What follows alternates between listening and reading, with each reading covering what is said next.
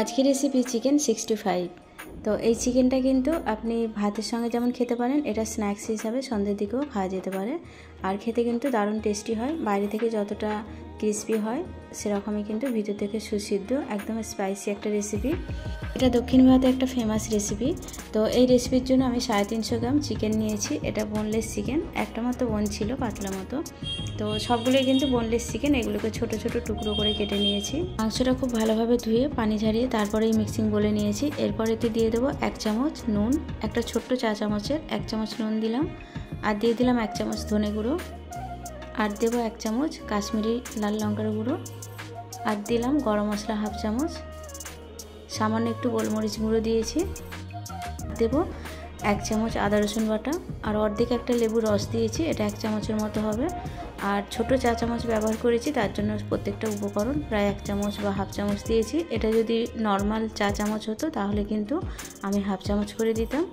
এটা কিন্তু নর্মালের থেকে একটু ছোট, তার জন্য আমি প্রত্যেকটা উপকরণ 1 চামচ দিয়েছি, বা যেটা অর্ধেক লাগে সেটা অর্ধেক দিয়েছি। এরপর সমস্ত উপকরণ খুব ভালোভাবে মিশিয়ে নিয়ে আমি এটাকে ঢেকে রেখে দেবো 30 মিনিটের মতো।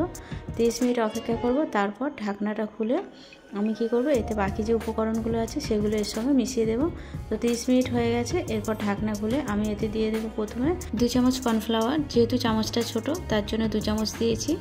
আপনারা কর্নফ্লাওয়ারের জায়গায় ময়দাও ইউজ করতে পারেন। এরপর এতে দিয়ে দেবো চালের আটা, 1 চামচ চালের আটা দিয়েছি, মানে আতপ চাল গুঁড়ো। আর দিয়ে দেবো একটা ডিম। ডিমটা ভেঙে এতে দিয়ে খুব ভালোভাবে 3টে উপকরণ মাংসের সঙ্গে ভালোভাবে মিশিয়ে কোট করতে হবে। মেশানোর কাজটা কিন্তু খুব ভালোভাবে করতে হবে, তা না হলে প্রত্যেকটা মাংসের গায়ে ভালোভাবে কোট হবে না। তো প্রত্যেকটা উপকরণ খুব ভালোভাবে মিশিয়ে নিলাম মাংসের সঙ্গে। চালের আটা দিলে মাংসটা অনেকটা ক্রিস্পি খেতে লাগে, তার জন্য দেয়া। আর কর্নফ্লাওয়ার না থাকলে ওর জায়গায় আপনারা ময়দা ব্যবহার করতে পারেন। এরপর সমস্ত উপকরণ মিশিয়ে নিয়ে আমি এগুলোকে ভাজতে নিয়ে যাব।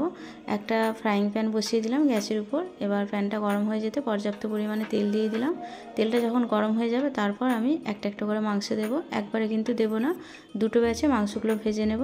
গ্যাসের ফ্লেমটা মিডিয়ামে রেখে মাংসগুলোকে ভেজে নিতে হবে। আর হাই ফ্লেমে মাংসগুলো ভাজলে কী হবে, বাইরে থেকে মাংসের গাগুলো পুড়ে যাবে আর ভিতরটা কাঁচা রয়ে যাবে। আর লো ফ্লেমে ভাজলে কী হবে, যে কোটটা মাংসের গায়ে তৈরি হয়েছে সেই কোটটা কিন্তু আস্তে আস্তে ছেড়ে তেলের সঙ্গে মিশে যাবে। তার জন্য মাংসগুলোকে মিডিয়াম ফ্লেমে ভালোভাবে ভেজে নিতে হবে। প্রায় 80 থেকে 90% মাংসগুলো ভাজা হয়ে গেলে তারপর আমি ছাঁকনির সাহায্যে ছেঁকে একটা পাত্রে তুলে নেব।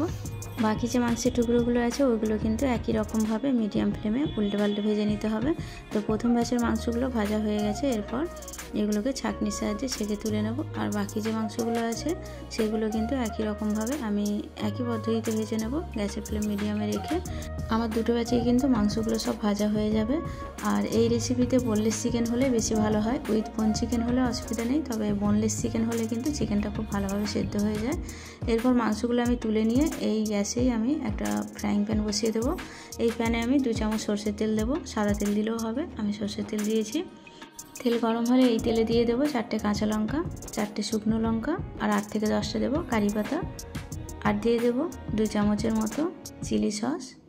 এবার সমস্ত উপকরণ হালকা একটু নেড়ে চেড়ে নেব, আর একটু পানি অ্যাড করব 2 চামচের মতো। গ্যাসের ফ্লেমটা মিডিয়ামে রেখে আবারও মিক্সিং বোলটা ধুয়ে একটু পানি দিয়ে দিলাম। এবার নেড়ে চেড়ে একটু মশলাটা কষিয়ে নেওয়ার পর এতে আমি ভেজে রাখা মাংসগুলো দিয়ে দেবো। মাংসগুলো যেহেতু ভাজতে গিয়ে 90% সেদ্ধ হয়েছিল, তার জন্য কিন্তু এই মশলার সঙ্গে খুব বেশি নাড়বো না। 2 থেকে 4 মিনিট একটু নেড়ে চেড়ে মশলার সঙ্গে মাংসগুলো মিশিয়ে নেওয়ার পরই গ্যাসের ফ্লেমটা অফ করে দেবো। এরপর মাংসগুলো আমি একটা প্লেটে তুলে নেব সার্ভ করার জন্য। আর মাংসগুলো বাইরে থেকে দেখতে যতটা স্পাইসি ক্রিস্পি লাগছে, ভিতর থেকে কিন্তু ততটাই ভালোভাবে সেদ্ধ হয়ে গেছে। আর এই মাংসটা তৈরি করার কিন্তু সেভাবে কোনো ঝামেলাও নেই। আপনি চাইলেই কিন্তু এটা স্ন্যাক্স হিসাবে যে কোনো সময় বানিয়ে নিতে পারেন। আর মাংসগুলো কিন্তু খুব সুন্দরভাবে সেদ্ধ হয় বলেই খেতে বেশি ভালো লাগে। তো আমি দুটো মাংস ভেঙে শেয়ার করছি, দেখুন কতটা সুন্দরভাবে মাংসগুলো সেদ্ধ হয়েছে। তো রেসিপিটা ভালো লাগলে একটা লাইক করে দেবেন। আর রেসিপিটা দেখার জন্য আপনাদের সবাইকে অসংখ্য ধন্যবাদ। সবাই খুব ভালো থাকবেন আর আমার রেসিপি দেখতে থাকবেন।